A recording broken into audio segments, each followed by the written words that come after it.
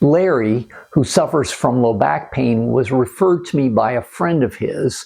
I usually see cases where functional health relates to things like infertility or gut problems, that sort of thing.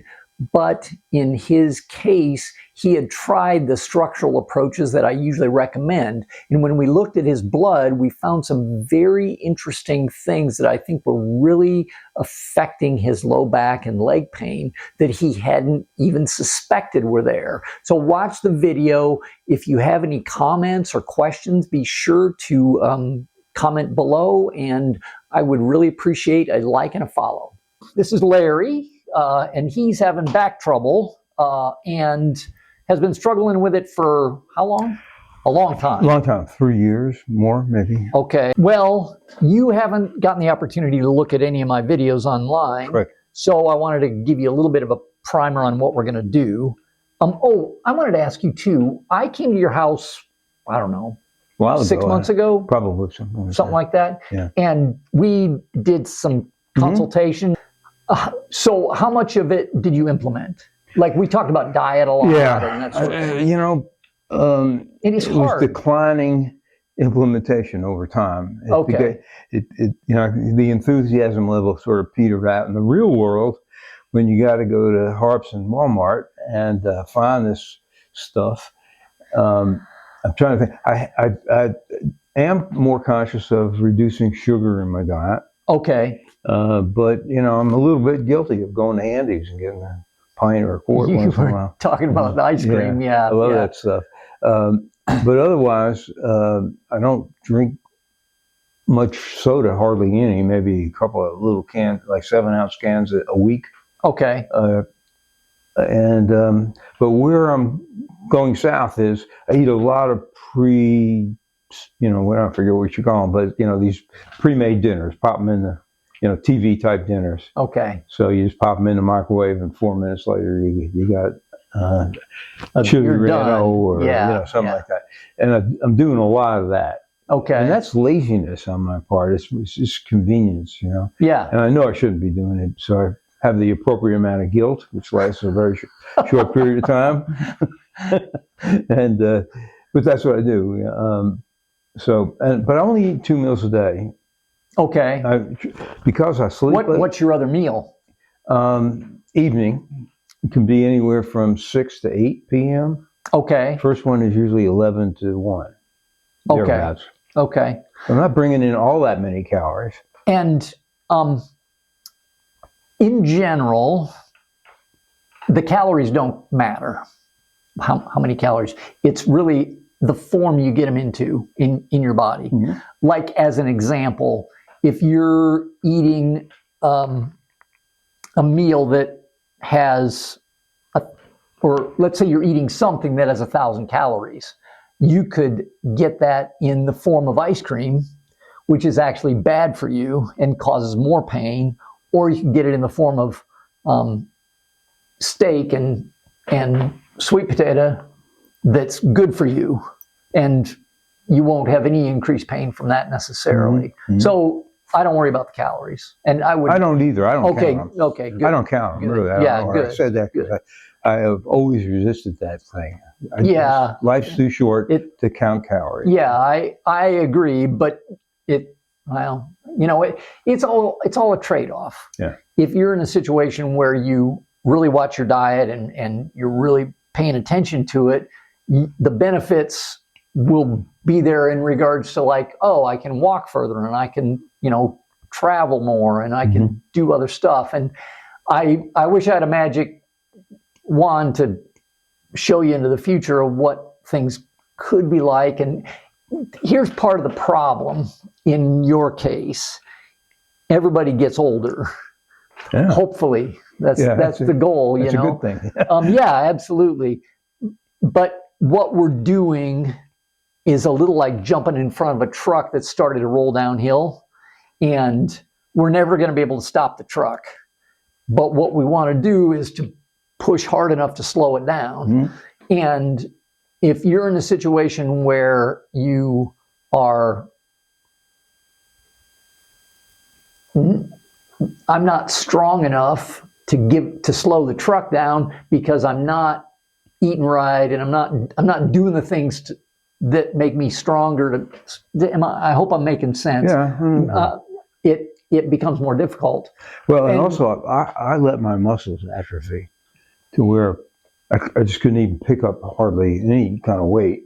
I've remedied that at the gym. Okay, good. To some extent, but even if you're like not working your lower back because it hurts too much, but you're working your arms, you know, that helps. And I work my legs else. too. I don't know whether I'm making that worse or not, but I do work.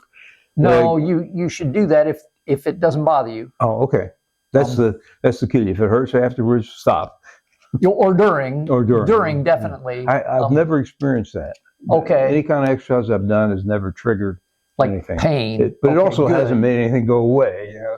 Yeah. But you know, you're having a lot of benefit from keeping your muscles up. Yeah. That's huge. It really is. It's a huge benefit. It really is, even if it's just a little bit. Anyway, we're going to cover basically 6 bases. We're looking for problems that maybe not there, and hopefully we won't find anything. Like I had a lady with infertility the other day, and I looked for all sorts of stuff and didn't find hardly anything except one, but it was a big deal with her. She needs a new husband? No, that wasn't it. She needs a new diet is what she needed. But, I'm sorry, I don't want to talk about other people. We're going to look at allergies. We're going to look at emotion. We're going to look some on structure. You're already addressing structure by going to the gym and going to the physical therapist, and you got an MRI and you're seeing the doctor here a while back. As a chiropractor, when somebody comes into me for back pain, structure's like usually the number one thing that I go to. But I'm retired and I'm helping people do stuff at home and do stuff independent of a provider. So I don't want to be in a situation where I say, oh, you got to go 3 times a week for this treatment to get some relief. I want you to hopefully get relief doing it on your own. We're going to look at your acupuncture system. We're going to look at toxins. And the biggest one that we're going to look at is nutrition. And that's probably where we're going to start. That's what I was afraid of. Yeah. I'm just kidding. Just like jumping in front of the truck and trying to slow down the aging process. If you have things that these 6 things are either jumping in the back of the truck and making the truck heavier to go downhill, or they're helping you by jumping in front of the truck.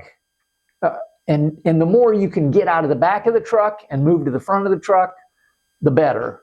Like eating ice cream, back of the is in the back of the truck, and it's making the truck go faster downhill because ice cream has usually, and it depends on the ice cream, but usually has bad fat in it, and it has a lot of sugar, which both cause inflammation.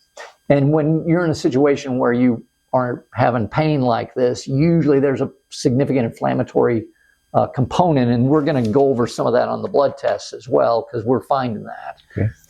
And you know, at the end of our time together, you'll have a plan. Hey, this is what to do about all these 6 things, and go from there. Sounds good. So I'm going to do some muscle testing like we did previously. And if you need to sit down or whatever, just let me know, and we can go from there. Okay. So, and this is printed off for you, but there's a significant amount of research about gut health, your intestinal health, and pain in the back. Wow. And they've done a number of studies on the neck and that sort of thing as well. But they found that if an organ, such as the intestinal tract, has a problem, it sends signals to your spinal cord, and many of those spill over and send signals to other organs associated with that area of the spinal cord. So you may be, and this I'm sure isn't 100% of it. I'm sure of it because your MRI showed problems. I'm positive, that you've got some degeneration. Big stenosis. Oh, stenosis. Yeah. Okay. Now, that was an X-ray. Yeah. Stenosis is definitely something that inflammation getting rid of inflammation helps. Anyway, when your gut bacteria is off or not good, it's associated with chronic pain.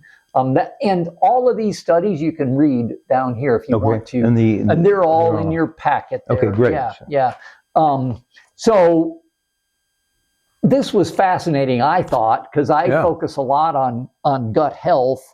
And there's so many other studies on gut health and immunity and gut health and the gut-brain connection, how it is important. But this one was one of the first ones that was associated with the gut with chronic pain. And that was one in 2019. This one was a study on ankylosing spondylitis, which you don't have, but it's a chronic inflammatory condition of the spine, but how it relates to gut as well. Inflammatory bowel disease related to ankylosing spondylitis. This one was a study on neck and the intestinal tract. And I know neck pain isn't your issue, but anyway, so there's a lot of research behind getting this association right will make a difference.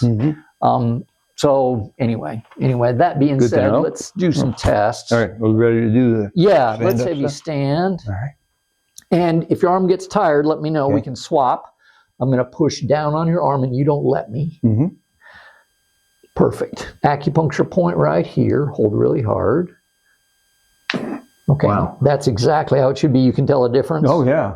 Yeah. So that's great. That's normal for this point. It should make you weak. There's a couple of tests I want to do to make sure that we're testing accurately. So this is called kidney 27. Hold again. Perfect. Don't turn your head, but look with your eyes to the side and then sniff through your nose. Perfect. Hold. That's the way it should be. Follow my fingers with your eyes and sniff again. Hold. That's the way it ought to be. Good. Put a hand over your belly button. Hold really hard. Try that one again. Straight elbow. Hold really hard. Okay, and that's the way it should be. So you're all normal. Everything's normal. So great. So again, if your arm gets tired, let me know. Sure. We're going to do different points that are associated with different problems in the body. You can let that relax. Okay. So this one is for stress. Hold. Close your right eye. Oh, yeah. There you go. The other right eye. This one's vitamin A. This one is potassium, sodium, trace minerals. Very good. This one is vitamin E, iodine, calcium. And don't forget to keep that almost as straight as you can. It's hard. I feel like I'm cheating. Trying to. This one's vitamin C. Hold. Oh, wow. Okay. Surprised. Try that again. All right, let's do it. Straight elbow. Very good. Same test. Vitamin C. Okay, let me write that one down. Yeah. Vitamin C is really important for lots of things, including collagen production. That's a big thing with collagen production. Is your arm okay? Yeah, sure. Okay. And my leg is starting to hurt. Okay, I can do these with you seated. Probiotics is this point right here. Okay, good. Magnesium is right under the belly button, right here. Good. Touch your tongue. This is B complex. Hold. Very good. Let's see. This point right here is associated with zinc, iron, vitamin D. Great. And you take this Centrum multivitamin. Okay, we're switching gears and looking at organs now. So, close your right eye again. There you go. Hold really hard. Very good. And that's the same as vitamin A test, but we're kind of just testing eye versus vitamin A, and your eye needs a lot of vitamin A to be healthy. So, this one is for lung, heart, liver, gallbladder. Good. Small intestine. Very good. This one is for now I'm doing what are called hand modes. Mm-hmm. And Dr. Beardall, he found that different positions of the hand relate to different problems in the body. Mm-hmm. This one is for candida. Hold really hard. Okay. Now, let me have you hold this. This is oregano oil. And I'm going to go back and do the same exact test. Mm-hmm. Hold really hard. Let's do the elbow straight there. There you go. Hold. Okay, stay right there. Let's take this away. Same test. Okay, so what that is indicating is that your small intestine has a candida overgrowth in it. Have you heard of candida? Mm-mm. Okay, it's basically like an overgrowth of yeast. Have you ever seen a baby with thrush on the tongue, like a coating on the tongue? I haven't seen a baby in about 75 years. Okay. Or more, actually. Yeah. Well, anyway, Yeah. they can get it sometimes. But yeast overgrowth usually is due to a diet that's carb heavy. So if your diet's carb heavy, it can feed. Yeah, and mine candida. is a lot of pasta, ice cream. Okay. You know, Okay. Bread. And particularly things that are wheat based, like pasta, bread, tortillas, chips, that sort of thing. Stuff, yeah, all the good stuff. Yeah, and anything deep fried too has a lot of omega-6 fatty acids in it, which create inflammation. I've actually got a video on that. I'll send. Pretty much everything fried. Oh, everything fried for sure. Now, if you fry at home, then usually, do you know what kind of oil you use? I don't know, but my wife is pretty tuned into that stuff. Okay. And the only thing we fry at home is get a baked potato, boil it for an hour, slice it up, and then make home fries. Okay. In a deep fryer or in a pan? No, just on the pan. Okay. Yeah. Okay. Well, I'll do some tests in a minute on the omega-6 fatty acids, but let's get through this.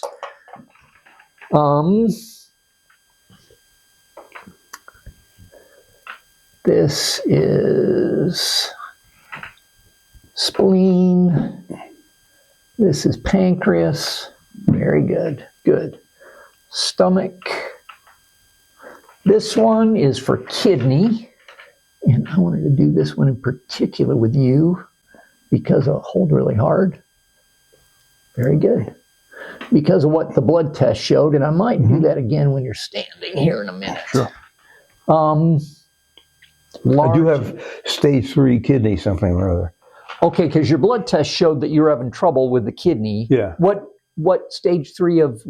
Shoot, I'm so bad with medical stuff. The way it's been told to me several times is it's stage 3. It sounds terrible, but they say it's not something that's to worry about. Okay.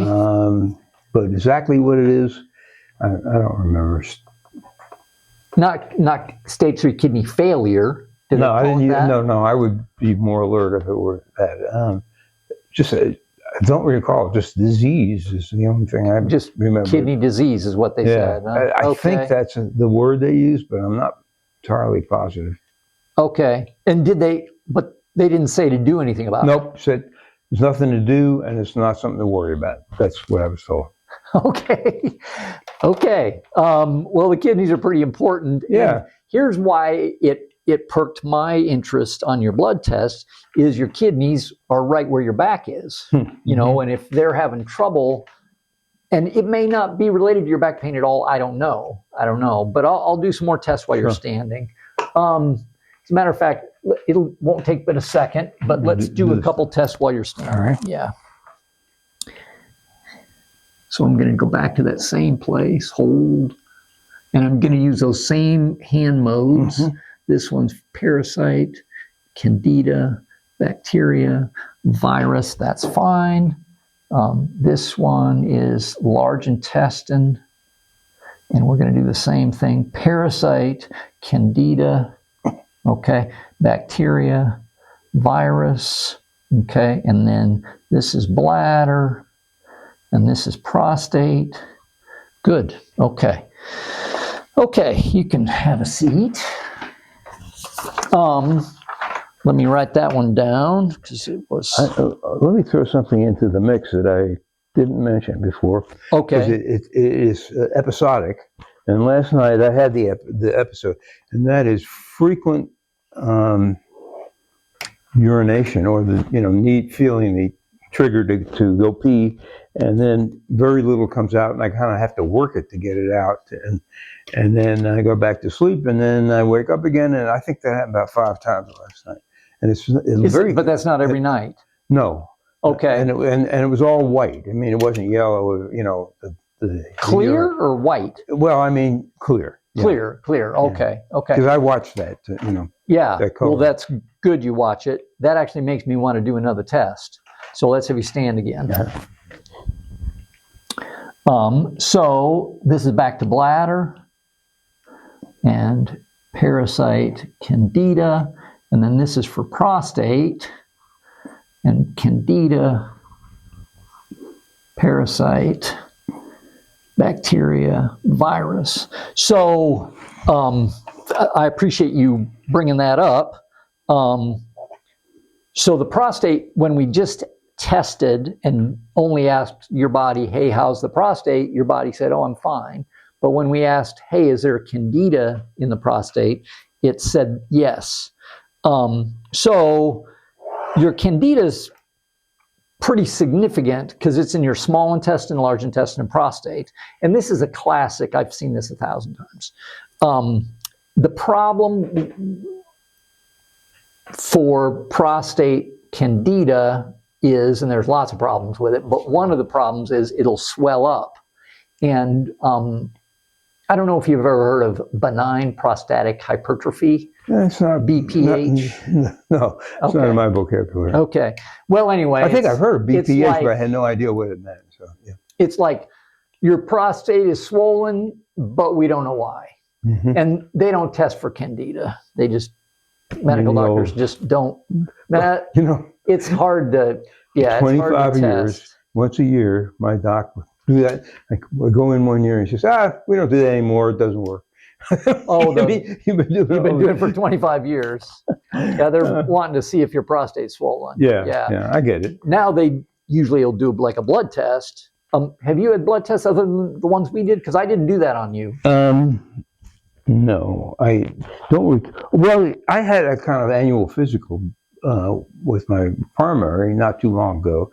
This blood test was at your behest. My back doc had me MRI and X-ray. So that's about what I can recall.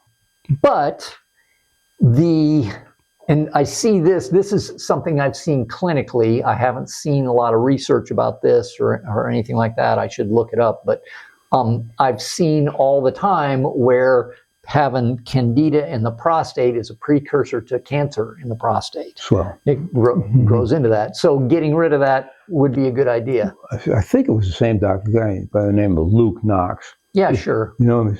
I love being with him. He's really fun. I've heard he's a good guy. I've only met him. I don't remember who was him, but one of them, maybe it was the other pain doc, said, almost all men are going to get prostate cancer, but most of them are just going to die with it, not of it. Right. So that's quite common. Mm-hmm. It really is. Although, if you can avoid it, you're better off. Sure. Yeah. And then you don't run into all that stuff where you're up 5 times a night, having to pee all the time. So anyway, if you can avoid it, you're better off. And here's the good thing is the candida that I think is contributing to your back pain because of some of the studies that we were looking at is also contributing to the prostate. So getting rid of one will help you get rid of the other. So anyway, okay. Let's move on to your hormone system, your endocrine system for testing. And you can use your arm again, hold really hard. This is for brain. This is for pituitary. Good. This is for thyroid. This is for adrenal gland. Oh, try that again. Mm-hmm. Try it again. Here, hold. Okay. The adrenal gland has a lot to do with healing in the body. With what? Healing, just healing up. Mm-hmm. It has a lot to do with stress handling. It has a lot to do with like your sleep cycle as well, because if your body's adrenals are under stress, they'll produce more cortisol. Anyway, so let me move on here. Let's have you stand again. Hold. This is for testicles. Very good. Leave that right there. And this is to make sure your hormone system is all kind of working together. Very good. Okay. Are you using the same amount of force each time? Because it really feels different. Yeah. You know, it just goes right down. Yeah. Well, you tell me. Mm-hmm. So pay attention to how much force I'm using. So you are pretty stout. Okay. And I push pretty hard. Okay. But the same amount each time? Well, actually, I think I use less when when you go weak. Now, can I do that for myself? Yeah, it doesn't matter. It doesn't matter. So yeah. Oh, but I just need somebody to push down. Right. Yeah. Right. Try it. All right. Hold really hard. You don't have to use your thumb. You could use any. Yeah. There you go. Anyway, hold really hard. Don't let me push. Take your finger away. Try it again. Hold as hard as you can. But without. Yeah. Okay. I mean, I'm pushing pretty hard. Damn, that's really interesting. It is. It's fascinating. This was discovered by a guy in the 60s. Oh my gosh, his name escapes me right now. But it's been developed and used all over the world by all sorts of different doctors. And, you know, when you go to the doctor, you talk to him, and then he does some tests, like blood tests or an MRI or something like that. And then he says, here's what you need to help the problem that you came in for. And we do all that same thing, but then we use muscle testing to ask the body as well. And I think it adds a whole other layer of insight as to what we can see, because nothing knows more about what's wrong with you than your brain. And because it has to keep track of all of it and adapt your body to what's going on so you can keep going. So if we can ask it, well, how is your prostate? How is your lungs? How is your heart? How is your intestines? Then your body can tell us, well, yeah. And then if that correlates with what we're seeing on the blood tests, all the more evidence of issues. So there are a couple things that I wanted to test for that aren't on my list. One of them is your omega-6 fatty acids, which we did some testing on this on the blood, which I'll get into here in a minute, but I also wanted to test for it with the muscle testing. So this is Crisco, which is vegetable oil, full of omega-6s. It's not really made with vegetables at all. It's usually made with some kind of a grain. I think I remember that is high on your no-no list. Yeah, this is soybean oil. Yes, high on the no-no list for sure.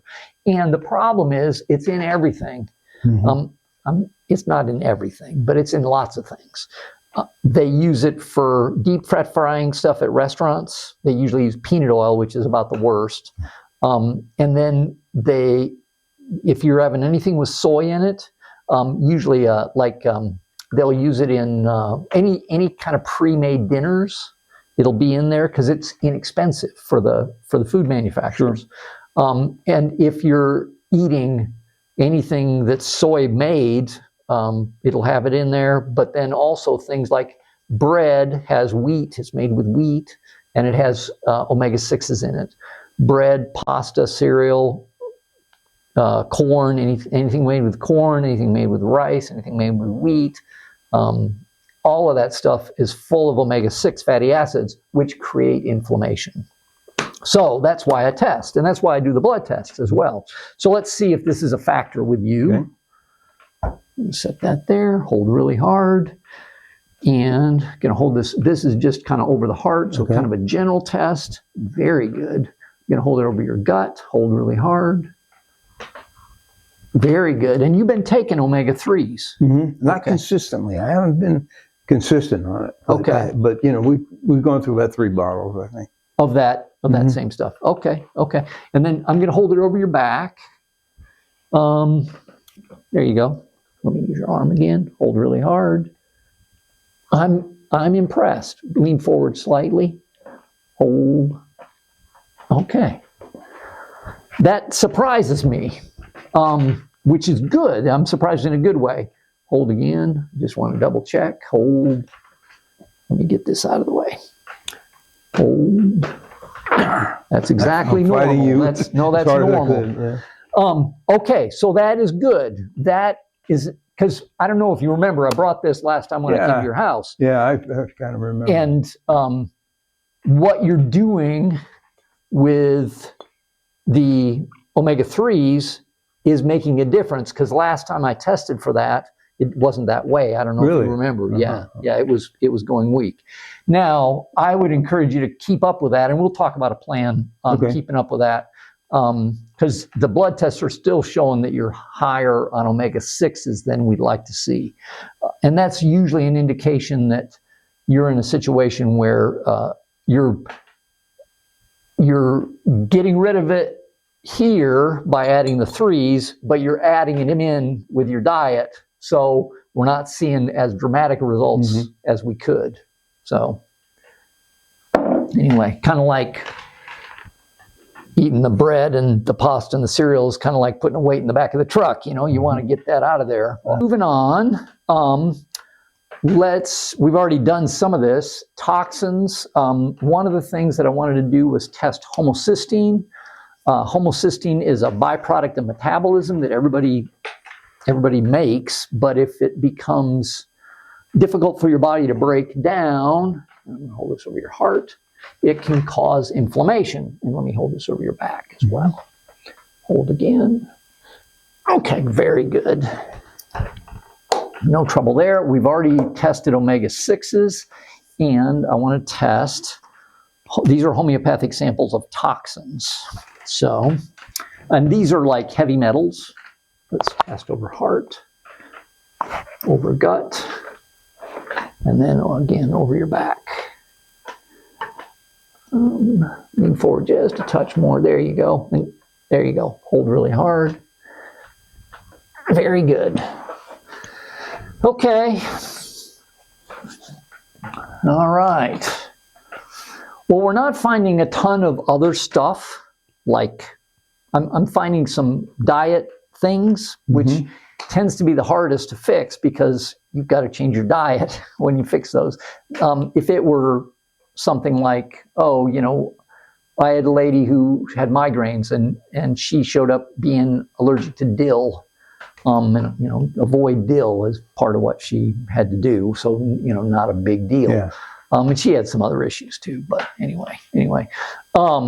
These are, the next thing that I want to test is for emotion as it relates to low back pain. So hold really hard. You make me cry? Maybe. We'll see. We'll see. This is for low back pain, right leg pain. Good. This is for pain. Good. Okay. Good. Some people this is a big deal with. Some people it's not at all. Say, I deserve to be out of pain. Just out loud, yeah. I deserve to be out of pain. Very good. That's good. Some people go weak when they say that. Wow. So good. So emotion doesn't appear to be a big deal. And this makes life easier because it's not like you've got to focus on emotion and you've got to focus on, you know, we've got to focus in on your nutrition. It appears to be the biggest problem. Electroacupuncture. You mentioned that you don't tend to get to sleep until like 1-ish in the morning. But some of that, and that's, you know, I don't. But when you get to sleep, you're pretty good. Yeah. It feels like it's a choice because I'm watching a movie or reading a book, quiet time. When I have tried earlier, however, like midnight or maybe a little earlier, then I have a rough time. So yeah, I guess that's right. Well, let me actually do some tests on emotion Right. for that as well. Hold. This is for insomnia. Okay, so there's something showing up for that. So emotions can cause problems with all sorts of things in the body. And usually when I talk about emotion, people think of some big trauma or something like that. But oftentimes it doesn't have to be a big trauma. What it has to be is important to you at the time. So a lot of emotions that we have are from childhood. And when you're triggered in adulthood, or it sticks with you. Like, as an example, say you're a caveman and you're out hunting in the wilderness, and you're in a situation where you are hunting a tiger and you're going through the dark woods and it's raining and there's thunder and lightning, and then you're attacked by the tiger. And then you happen to live through the situation and you get back in your cave and you're like, whew, man, I'm really glad I lived through that. Well, 10 years later, it starts to thunder and lightning and you suddenly get this horrible anxiety. And you don't think, oh, well, that happened that night when I was attacked by the tiger. And I'm making a mental association between the two. It doesn't necessarily work that way. And when you're a kid, especially, you are filing away things in your brain to help you survive. And, I want to remember not to say that to my dad because it makes him mad, or who knows what the situation would be. But you're filing away things all the time. And then when you grow up, you have this file folder full of stuff that doesn't necessarily apply because, you're not living with your dad anymore, and it's not any big issue. I don't have to take any crap off of them. Right, exactly, yes. But anyway, that's just kind of an example of... Sounds like the typical PTSD thing. But at a more minor level, yeah, exactly. Well, this book is really good. I recommend it on a regular basis. It's called Feelings Buried Alive Never Die. Feelings that you stuff inside, they never go away. They're just in there festering, basically. Let me go to insomnia. Grab a little water.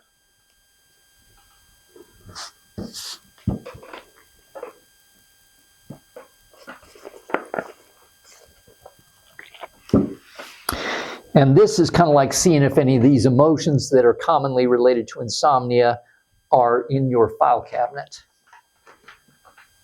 Hold. Tensions in life. Deep-seated guilt. Feelings of fear and anxiety. Reaction to potentially threatening situations. Okay.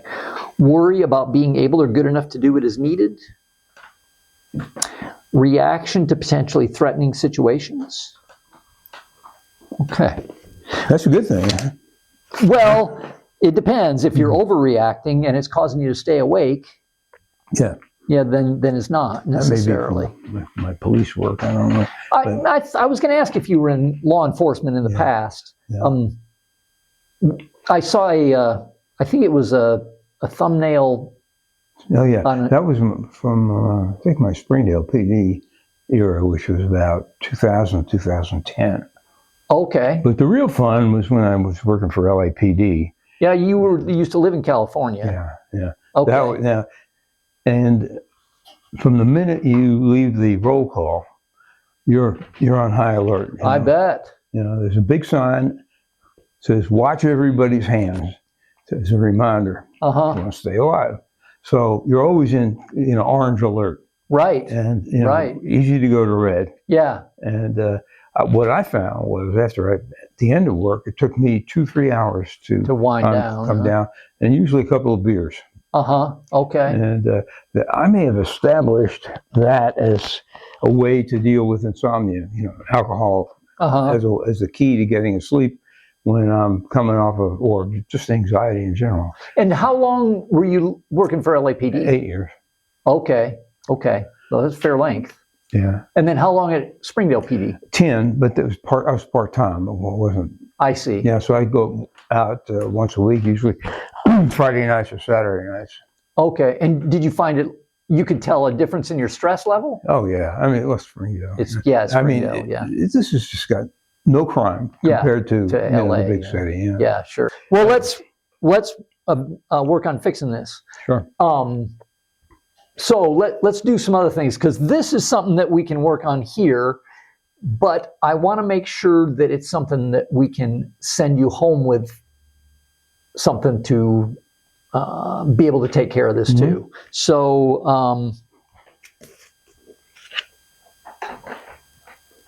hold. Say, I'm able to relax. I am able to relax. Okay, so let me write that down, because that's something that you'll get access to our program for back. It's not for back pain exclusively; it's for joint pain. And I go over a lot of what we're going to be talking about. But one of the things is how to fix emotions that are getting in the way of problems. We don't seem to find any with your back, but we're finding some with your insomnia. So for this, what I'm going to do is do a technique that we need muscle testing for, but I'm going to send you home with one that you don't need muscle testing for. So we're going to tap heart and brain, which are emotional centers, and repeat that phrase several times. Reaction to potentially threatening situations. Reaction to potentially threatening situations. Reaction to potentially threatening situations. Reaction to potentially threatening situations. And then hold your arm up, and then follow my fingers just with your eyes.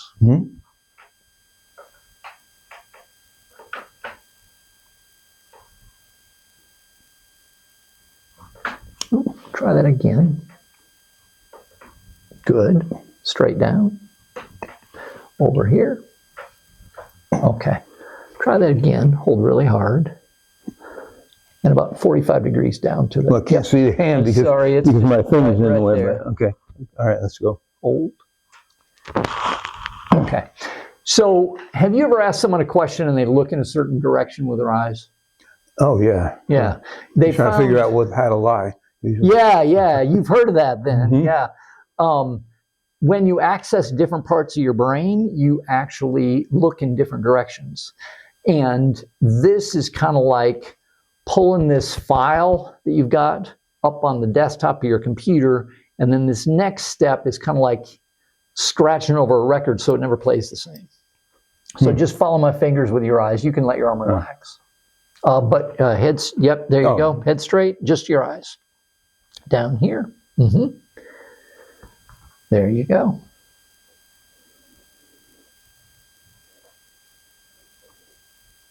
Just really slow with the eyes. There you go.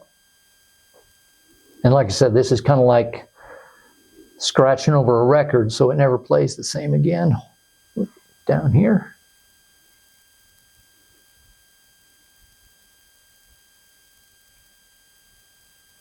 Okay.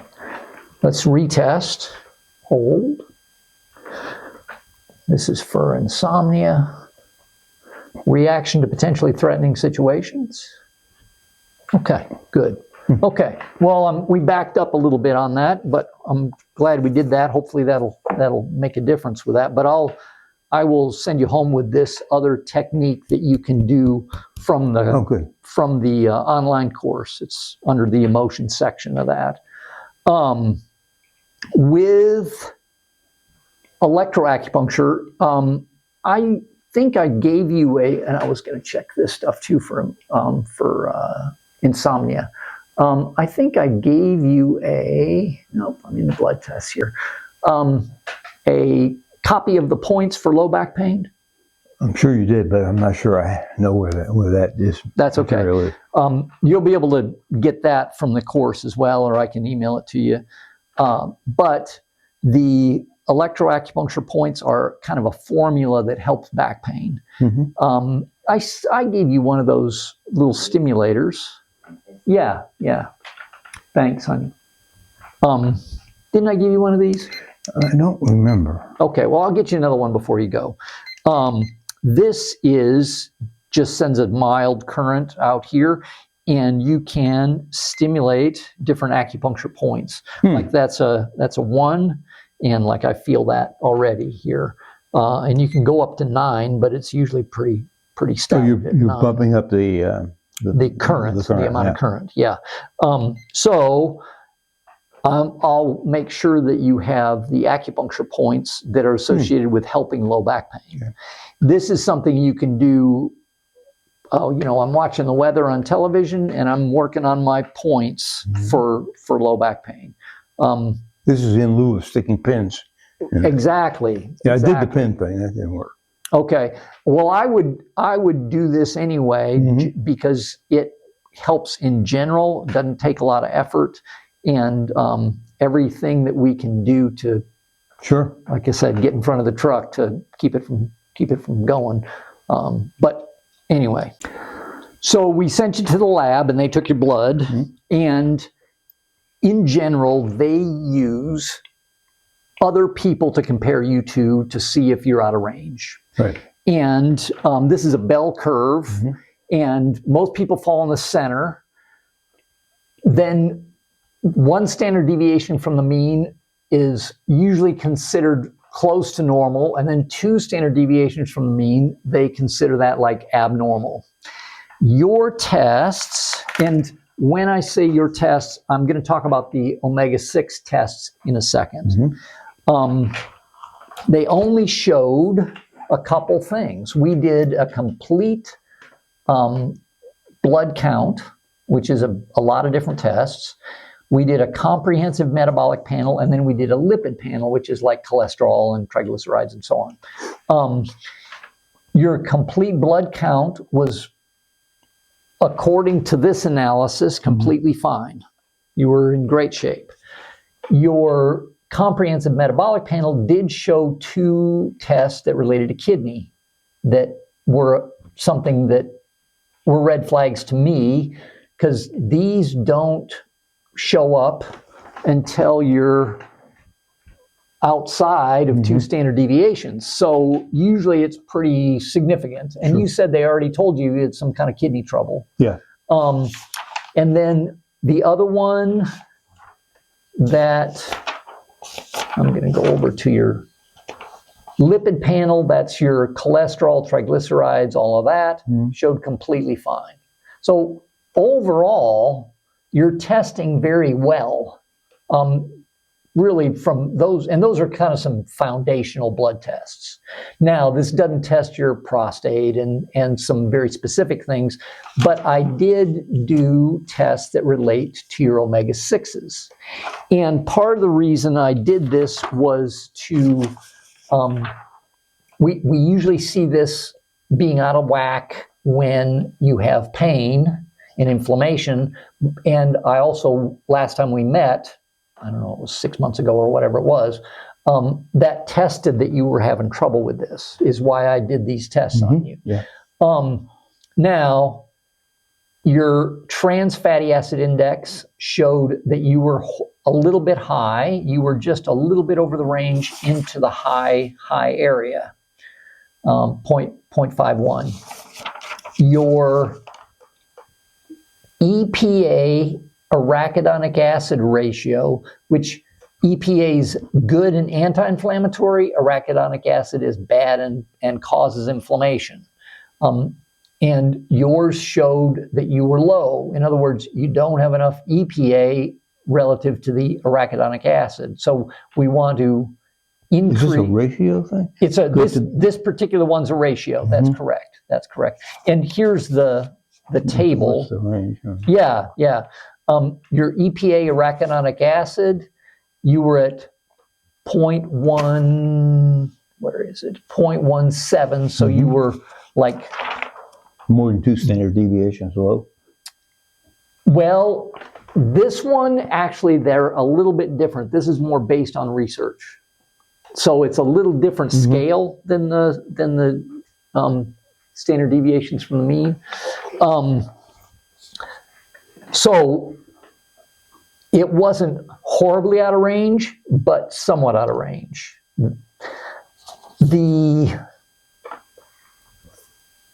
Your EPA, which is an omega-3, it's a type, there's several types of omega-3s, it was lower than it should be. Where is that one on here? EPA. So the fix is this stuff. That which you're already taking, but also lowering your omega-6s, which is things like no, I'm fine. She wants to know if I need my glasses. Things like bread, pasta, cereal, tortillas, they're throwing off your ratio here. So we want to make sure that we lower those while you're supplementing with that, and then this will flop around pretty quick and lower your body's, basically the inflammation and pain that you have. I'll send you a video on how this all works. Okay, great. It's a balance. You need the omega-6s, but in our modern society, we have so many more than we should have.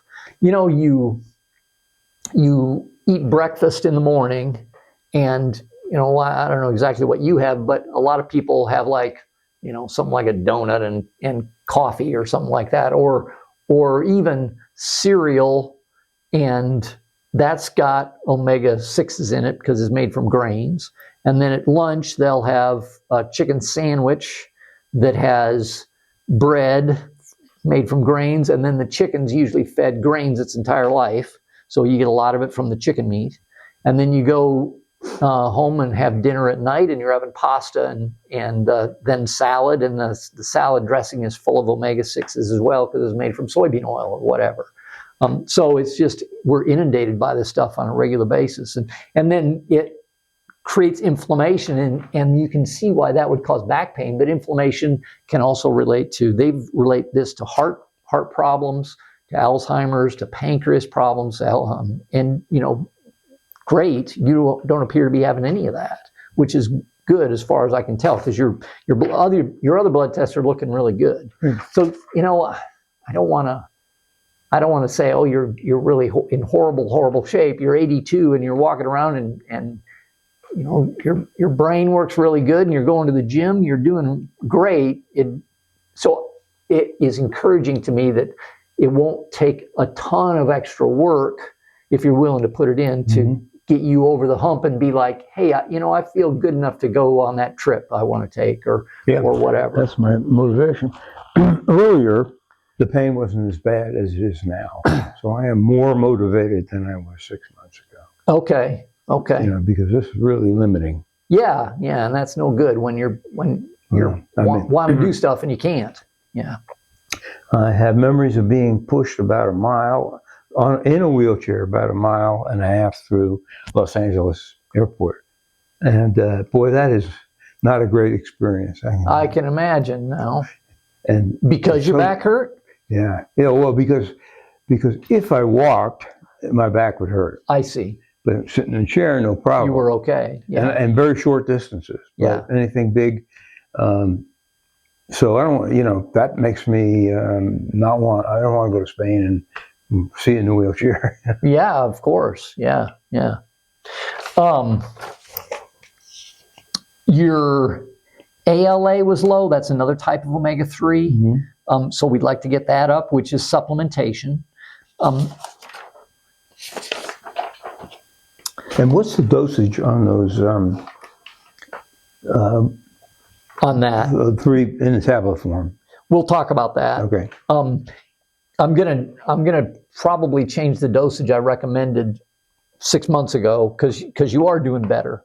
Do you remember how much you take of that? The shot glass. Okay. Like pretty full?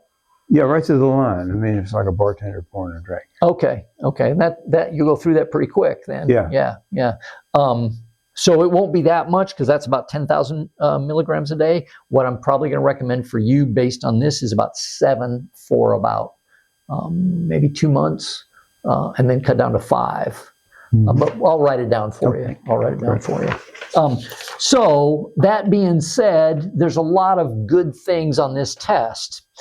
However, the problem with using the statistical analysis to find out if you're healthy or not is you're comparing to everybody else, which our society... Which isn't very healthy. Yes, exactly. Yeah. So I use another evaluation, and I'll send all this home with you.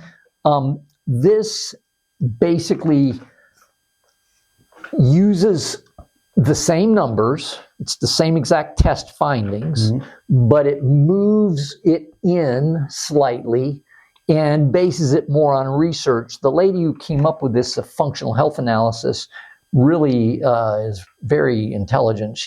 Her name's Dr. Lynn Toohey. She does a great job, and I've been using this analysis for a very long time.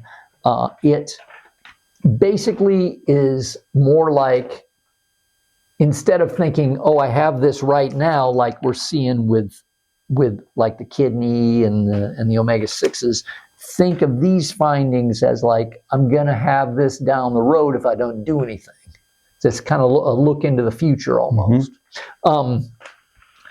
Many of these are optimal. Some of these are slightly high, like the yellows, and then the reds are out of range. Definitely, we want those to be lower. We take all of this info and say, okay, well, what's all this mean? And that is on this page here, and I have that here. Adrenal hypofunction, the adrenal gland, and we did find that with the muscle testing as well. That can relate to insomnia, but it can also relate to collagen production for the back, for healing up as well. Anemia, a couple different types of anemia, B12 and an iron deficiency anemia, which has to do with energy level and healing. Cardiovascular health, non-homeostasis.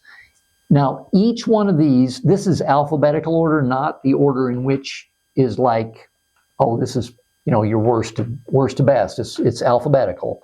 And each one of these that I'm listing out is in the next 12 pages here.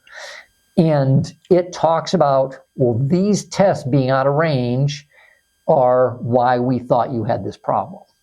So it kind of indicates why we think this based on these findings. And then it talks about diet and lifestyle changes that you can make, and then nutrient applications, which I'm going to be talking about some vitamins that I'm going to recommend as well.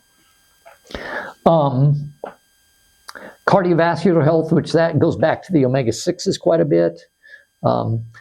Dehydration. Do you drink much water? Not as much as I should. Okay. Not because I don't want to, it's just not top of mind. Okay. That's something else that actually they've shown that will lower pain to some degree, and can detox you in a number of ways. I'm not finding a lot of toxins in your case, but anytime you're in a situation where we're trying to heal the gut, it's good to be well hydrated. It indicated that there was some... How would you define that on a daily basis? Usually, and this is a lot, this is usually a level of water intake that is for, like, I'm trying to get healthier and detox, but take your body weight in pounds, cut it in half, and that's how many ounces. So a fair amount. Easy peasy. Yeah. Say you're 200 pounds, cut it in half, 100 ounces. So,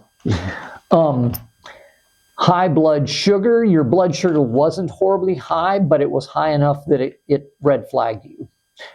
This by itself can cause pain. You're way more likely to have problems with pain if your blood sugar is off. And again, you've heard of diabetes, and then you've probably heard of pre-diabetes. Think of this as pre-diabetes. Okay. My wife is pre-diabetes. Okay. Yeah, so her doing the same thing I'm going to recommend for you would take care of it. Does she take omega-3s? Yes. Okay, good. But she's been delinquent as well. We just kind of got away from her. So, but I will make sure she's on the program. Yeah. Diabetes is way easier to fix than back pain. If people do it right. Right. And think of it like this. I use this analogy quite a bit. Anytime you're trying to change your diet, when you have like gut problems, and especially with things like sugar handling problems, it's kind of like having your leg broken. You break your leg, and let's say you go to the hospital. The doctor says, I'm going to put one of these casts on that has the Velcro straps, and you can take it off if you need to wash. Okay, but you got to leave it on for 8 weeks. That bone needs 8 weeks to heal. And you get 2 weeks in and you're like, well, my pain's not there anymore. Mm-hmm. And, I'm walking around like this because I got a cast on my leg and I got to wear these crutches and it's a huge hassle. And I'm not in any pain at all. So I take my cast off and I'm walking around the house and your leg breaks again. And then you're like, oh my gosh, my leg broke again. You put your cast back on. And then, 2 weeks later, you're like, I'm going to cheat some more. Mm-hmm. And you take it off and you go upstairs and it breaks again. And, you do that a couple times and your leg will never be the same. It'll never heal right. And it's the same way with the gut. The candida are actually alive in there. They're yeast. They're a yeast infection in the gut. And if you cheat, you're like, oh, that ice cream just sounds really good. And you feed them just a little bit, it'll keep them alive. And then so it drives the addiction. Yes, they've actually found that yeast will make you crave sugar. It makes the addiction worse. But it's also like, taking the cast off of your leg, eventually you'll never get rid of it. If you cheat even a little bit. So what you're best off doing is to be like strict, really, really strict and I had bad yeast. I had similar to yours. I had it in a small intestine, a large intestine, and prostate. I had all three. And it caused lots of problems for me.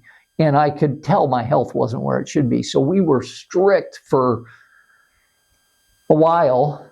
We were strict for at least 5 years. Wow. And I'm sure she was tough on you. Well, we worked at it together, I'm very diligent. And I know. Yes, she spent is a couple very hours diligent. with you. Yes. And I appreciate it because, I wouldn't be in that situation where I'd feel as good as I do if she wasn't. Sure. But, hopefully after 6 months or a year, you'll be like, oh, I'm going to cheat and I eat some ice cream and I'm like, oh, that just doesn't even taste good anymore. It's too sweet. And my gut feels bad when I eat that junk. Mm-hmm. I couldn't eat Andy's ice cream right now. It would just make me feel horrible. Actually, I have some of that now.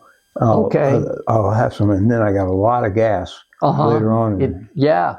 It's hard on you. It really is. It's good going down, but then you pay a price. So. That's exactly right. And you pay a price in more ways than you know. Yeah. So, all that to say, you'll get to the point where you're like, I eat desserts because she makes paleo desserts. Yeah, you had some at the class. Delicious. Yeah, and they taste good, but they have sugar in them. But once your taste buds reset, so you don't need that high amount to satisfy yourself. It doesn't take that much. It doesn't require that much. But for many years, I didn't have dessert, but of late. I think it may have been you that told me. I went, after umpteen years of drinking alcohol, I just went cold turkey about a year ago. And that doing that stimulates a sugar. Oh, yes. Yeah. And so your yeast is like, well, we got to get it from somewhere. So where are we going? Let's get sugar. Yeah, sugar's a good substitute. But being able to go cold turkey, that just shows how you're, have the willpower to do it. Yeah, I'm good with willpower. Yeah, well, good. Use it on your diet. Yeah. When I decided to quit smoking in 1975, I just did it. You made the decision. And I went through some tough times. I went on a trip around the world with some guys that were all smoking, but I just hung in there, and after 30 days... No problem. Yeah.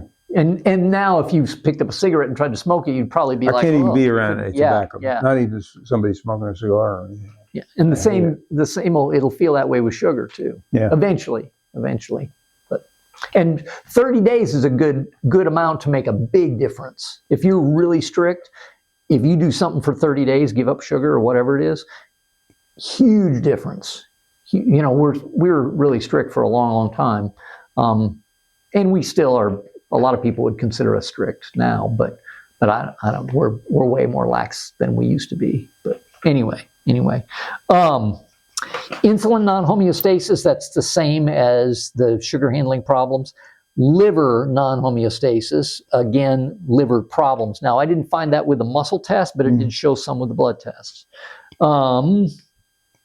Metabolic, the same thing as with the sugar. And then the last two were renal dysfunction and renal insufficiency. Those are kidney related. So anyway, I'll send these with you. Okay. You might read those if you're trying to fall asleep at night.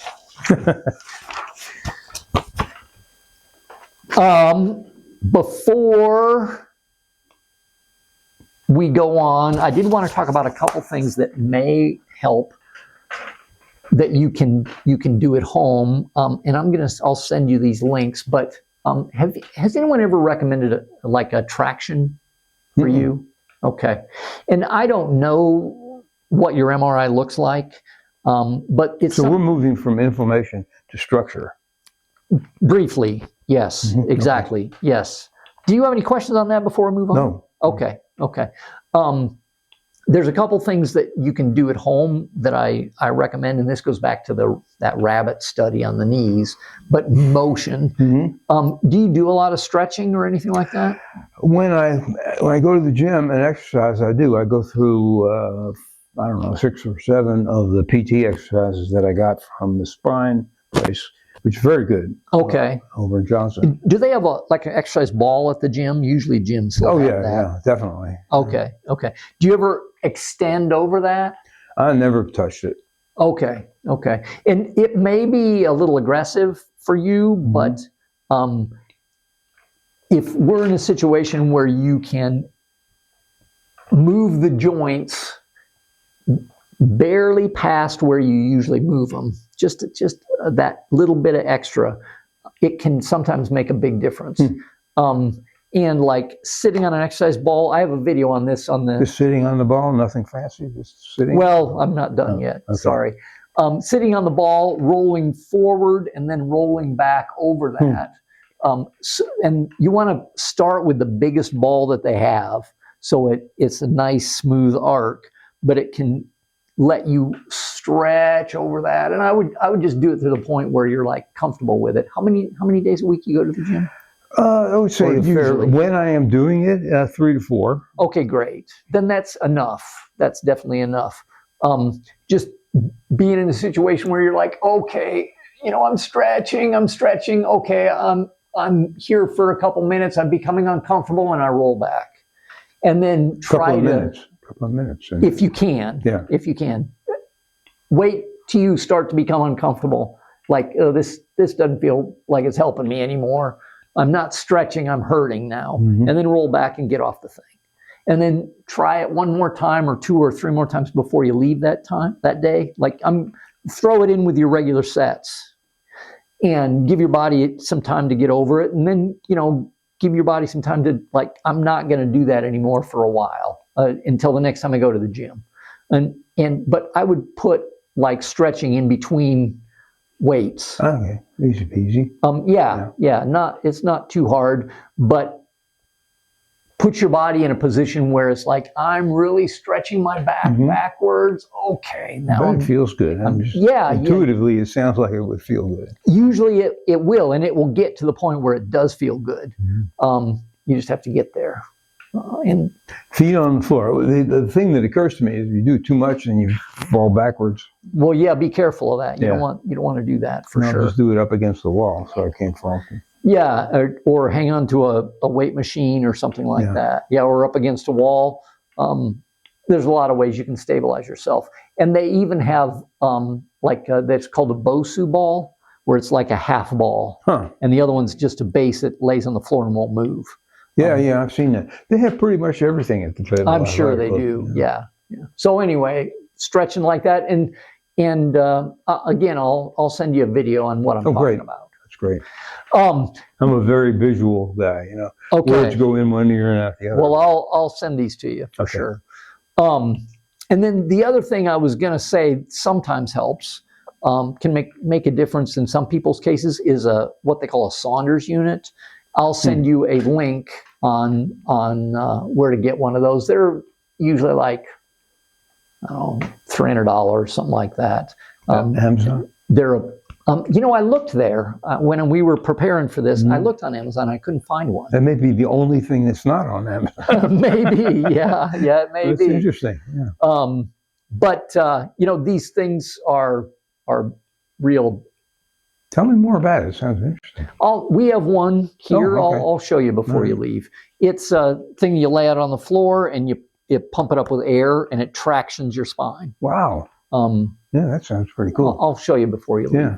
And I'll send you this link.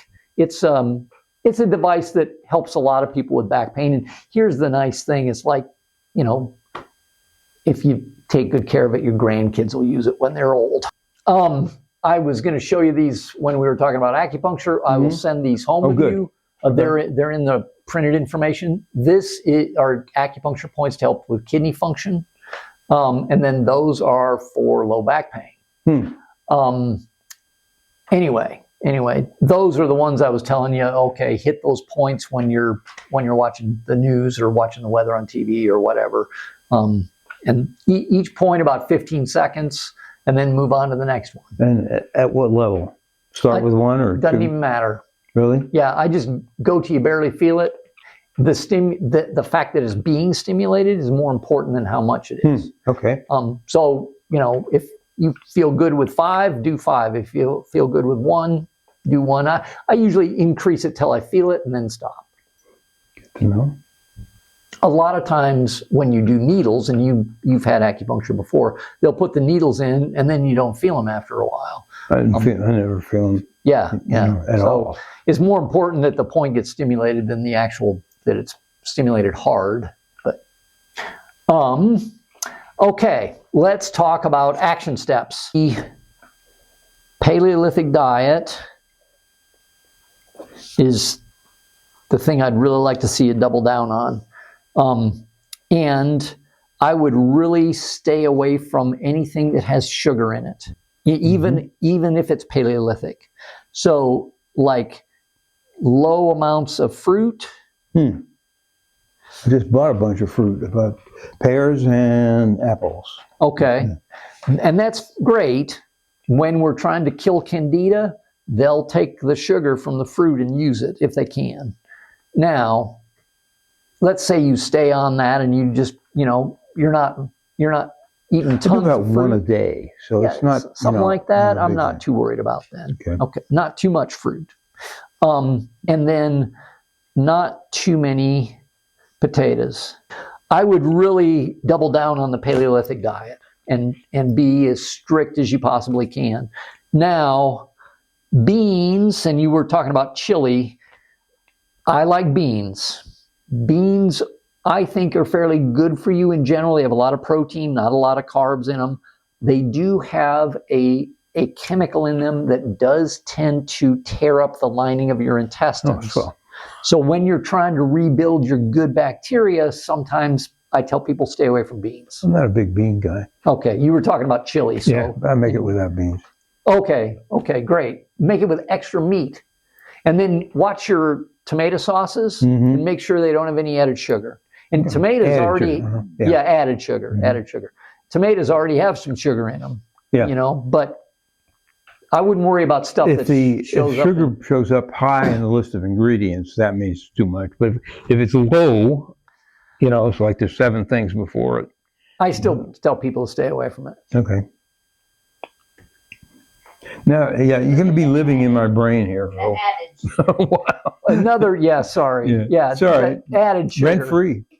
There's another, yes, I don't have to pay rent. Huh? Thank you. There's another on this, my online course. There is a list of all sorts of what we call hidden sugars. And food manufacturers have gotten wise and they've figured out people look for it on the labels. So they start calling it other things. And they name it all sorts of different things. So I have a whole list of that. Yeah, and that's familiar with that. That's on there. The other thing that I'm going to recommend that goes along with this is taking oregano oil. This is the thing I tested you for. Mm-hmm. Did you ever take oregano oil? Mm-mm. And that's just a drop thing? This one, I'm going to recommend you get capsules. Okay. And put that in the... And put it in the capsule and take it. Huh. So where do you get these things? These you can get online. You can get both these on Amazon. Let me take a picture. Okay. And I'll write it down for you too. Okay. They're a great company. And their customer service is really good. That's just a regular old capsule. The company for oregano oil that I recommend is called Healthy Health. And you can get it on Amazon or you can get it on their website. Either way, they're great. I would recommend for a while 3 capsules per day. And does it with meals? Show how to do it. Yeah, it's easy. You just open it up, and then Well, let me ask you, why not just drip it into your mouth without the capsule? you can do that. Oh, okay. It's very hot. Oh, I see. Very so hot. So it makes it more palatable. And plus, these won't break up until they get closer to where we want them to be. Because what this is for is to kill the candida. This, I love oregano oil, and you just put it in there, fill it up, and then put your cap on, and then take it. Okay. Thanks, honey. She's gonna throw that away because it'll burn. No, throw it away. I got my. You're gonna. I got Okay. my It'll burn through that. No. This is It'll burn through the capsule. really. Oh, that'll make a mess. Yeah, it'll make a mess. Good to know. I don't recommend making them up ahead of time because this stuff is very potent. It's my lid's off here. Very potent, very, very potent. I feel like I got a new full-time job. Well, sorry. It's okay. I'm retired. You know, Yeah. I'm actually looking for stuff. Being full-time job of being healthy is it can feel like a full-time job sometimes. This thing is really messing me up, so I got more time. There's benefits for sure. Anyway, this stuff kills bacteria, virus, fungus, parasite, and candida is like a fungus. Yeast. Would you recommend getting a bigger bottle than this? I don't think they make it in bigger. Oh, I see. You might get a couple of them, but 3 a day. And I would do that for about 4 weeks, and then cut down to 2 capsules. And this is provided you're really strict with the diet, because if you're not, I had a lady who, she was like on her 5th bottle of this. And she was asking me, well, when can I stop taking it? And I said, well, you may as well stop taking it now, because she'd slug down soda pop all day long and then try to kill the candida by taking this. So I was like, you're working against yourself. With meals, or does it not matter? Doesn't matter. Sometimes you'll burp I don't recommend taking it right before bed because you lay flat, and then sometimes you'll burp oregano oil, and it's pretty hot stuff.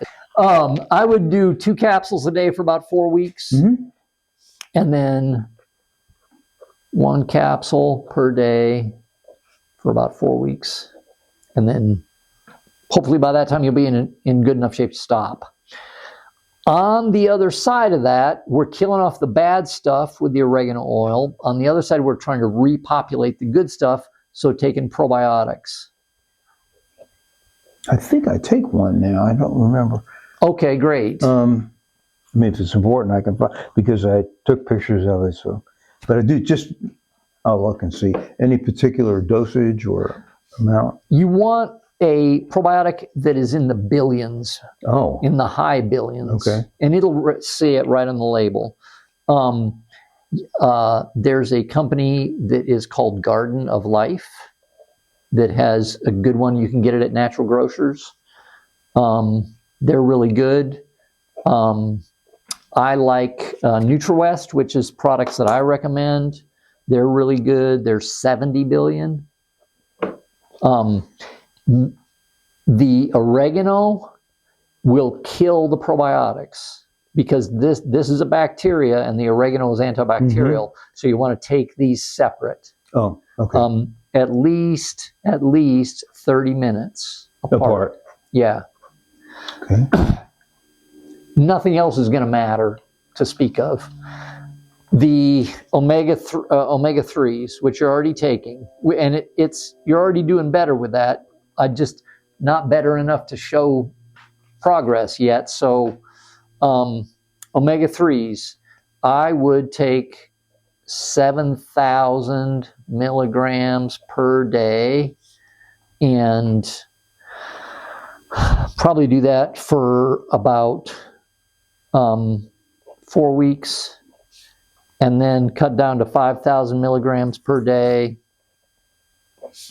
And I would just do that every day for the rest of your life into infinity. The other couple things that we found, vitamin C. Nice thing about vitamin C is your body, you can get almost any kind and your body will use it. Okay. It really is great for everything. It helps practically everything that goes on in your body. I'm going to recommend 4,000 milligrams a day for about 4 weeks. And then I would do 2,000 milligrams a day forever, because it is so useful for so many things. Probiotics, what kind of dosage should I be looking at there? It depends a little bit. That's a great question. I didn't write that down. I would take like 4 capsules a day, like 2 in the morning, 2 at night. And I would do that for probably 6 months to repopulate with the good bacteria, and then cut down to 2 a day. How many milligrams per capsule? They don't dose it in that manner. They usually look at it as in the billions. How many billions of live organisms are in the capsule? And they'll put that right on the label. And you want to have it in the billions for sure. The DSF, I would recommend about 2 a day. And DSF is what? DSF, that's this one for the adrenal gland that we tested for. Yeah. And I would probably just stay on that dose forever.